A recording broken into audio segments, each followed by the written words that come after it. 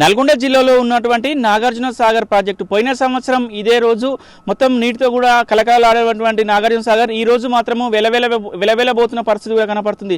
ఇదే రోజు పోయిన సంవత్సరం కూడా 26 క్రస్ట్ గేట్లను ఎత్తి నీటిని కిందికి వదిలారు. దానికి సంబంధించిన అధికారులు మొత్తం కూడా ఆ పర్యాటక ప్రాంతాన్ని చూడడానికి కూడా పెద్ద ఎత్తున ప్రజలు వచ్చి వీక్షించినటువంటి పరిస్థితి. కానీ మరొక 3 అడుగుల వరకు కూడా నీటి మట్టం మట్టుగడిపోతే మొత్తం నాగార్జున సాగర్ ప్రాజెక్టు డెడ్ స్టోరేజ్కి వచ్చే అవకాశం ఉన్నటువంటి పరిస్థితి కనపడుతుంది. పైన ఎగువ రాష్ట్రాల్లో కూడా సరైన వర్షాలు లేకపోవడం, వరదలు రాకపోవడంతో కూడా నాగార్జున సాగర్ ప్రాజెక్టులో మాత్రం ఇప్పటి వరకు కూడా నీటి రాక మాత్రము రాని పరిస్థితి కనపడుతుంది. మొత్తం కూడా 18 సంవత్సరాల తర్వాత జూలై నెలలోనే పోయిన సంవత్సరము ఆ నీటిని విడుదల చేశారు దానికి సంబంధించిన అధికారులు. కానీ ఇప్పటి మాత్రము నాగార్జున సాగర్ మాత్రం ప్రాజెక్టు వెలబెలబోతున్నటువంటి పరిస్థితి కనపడుతుంది. దాని కింద ఉన్నటువంటి లక్షల ఎకరాలు సాగు చేసుకునే రైతన్నలు మాత్రం నీళ్లు వస్తాయేమని ఎదురు చూస్తున్నటువంటి పరిస్థితి కనపడుతుంది. ముఖ్యంగా కూడా వీరందరూ కూడా నార్మల్ పోసుకొని కూడా ఎదురు చూస్తున్నటువంటి పరిస్థితి కనపడుతుంది. నాగార్జున సాగర్ ప్రాజెక్టుకు నీళ్లు వస్తాయి, నీళ్లు వదులుతారేమో, వ్యవసాయం చేసుకుందాం కూడా ఇక్కడ సంబంధించిన రైతన్నలు మాత్రం ఎదురు చూస్తున్న పరిస్థితి. ముఖ్యం ఏదైతే బోర్ల కింద ఉన్న వాళ్ళు మాత్రము బోర్లు కూడా వ్యవసాయం చేసుకుంటున్నారు. కానీ ఇంకా నాగార్జున సాగర్ నుంచి కాల్వ ద్వారా వాటర్ వస్తాయని కూడా 1000 కళ్ళతో కూడా ఎదురు చూస్తున్నటువంటి పరిస్థితి కనపడుతుంది. మొత్తం కూడా పోయిన సంవత్సరం ఇదే రోజు నాగార్జున సాగర్ ప్రాజెక్టు మాత్రము జన సందడితో కూడా ఆహ్లాదకరంగా ఒక పండుగ వాతావరణంగా ఉన్నటువంటి నాగార్జున సాగర్ ప్రాజెక్టు మాత్రం ఈ రోజు మాత్రం చాలా విలబిలబోయినటువంటి పరిస్థితి కనబడుతుంది.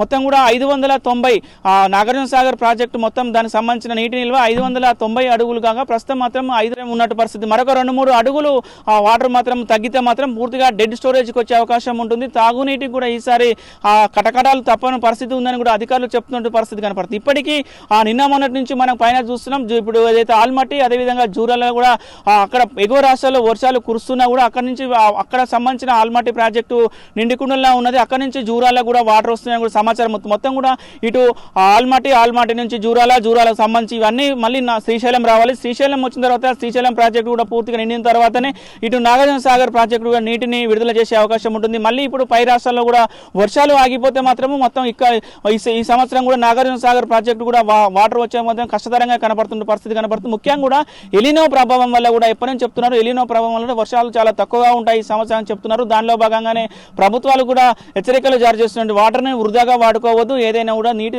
అవసరాల కొరకే తాగునీటి వరకే వాడుకోవాలని కూడా సూచిస్తున్న పరిస్థితి ఉంది. రైతులకు కూడా అవగాహన కార్యక్రమాలు కల్పిస్తున్నారు. ముఖ్యంగా కూడా ఆ వ్యవసాయానికి సంబంధించి వరి పంట కాకుండా వివిధ ఆరుదారి పంటలు మెట్టపైర్లు వేసుకోవాలని కూడా సూచన చేస్తున్న పరిస్థితి కనపడుతుంది. ముఖ్యంగా కూడా రైతన్నలు మాత్రం నాగార్జున సాగర్ ప్రాజెక్టు ఎప్పుడు నిండుతుంది, ఎప్పుడు గేట్లు వదులుతారు, ఎప్పుడు కిందికి వాటర్ వస్తాయి, ఎప్పుడు వ్యవసాయం చేసుకుందామని కూడా ఎదురు చూస్తున్న పరిస్థితి ఉంది. ఒక రైతన్నలే కాదు, మొత్తం వచ్చిన పర్యాటక కేంద్రం అయినటువంటి నాగార్జున సాగర్ పర్యాటకులు కూడా 1000 కళ్ళతో కూడా ఎదురు చూస్తున్న పరిస్థితి కనపడుతుంది. పోయిన సంవత్సరం ఇప్పటికే జూలై నెలలోనే ఆ పర్యాటకుల తాకిడి ఎక్కువైనటువంటి పరిస్థితి. కానీ ఇప్పుడు జూలై అయిపోయింది, ఆగస్టు వచ్చే అవకాశం ఉంది. ఆగస్టు వస్తున్నా కూడా నాగార్జున సాగర్ ప్రాజెక్టులో నీరు లేకపోవడం, మట్టు అడిగిపోవడంతో కూడా అంతా ఎదురు చూస్తున్నటువంటి పరిస్థితి కనపడుతుంది.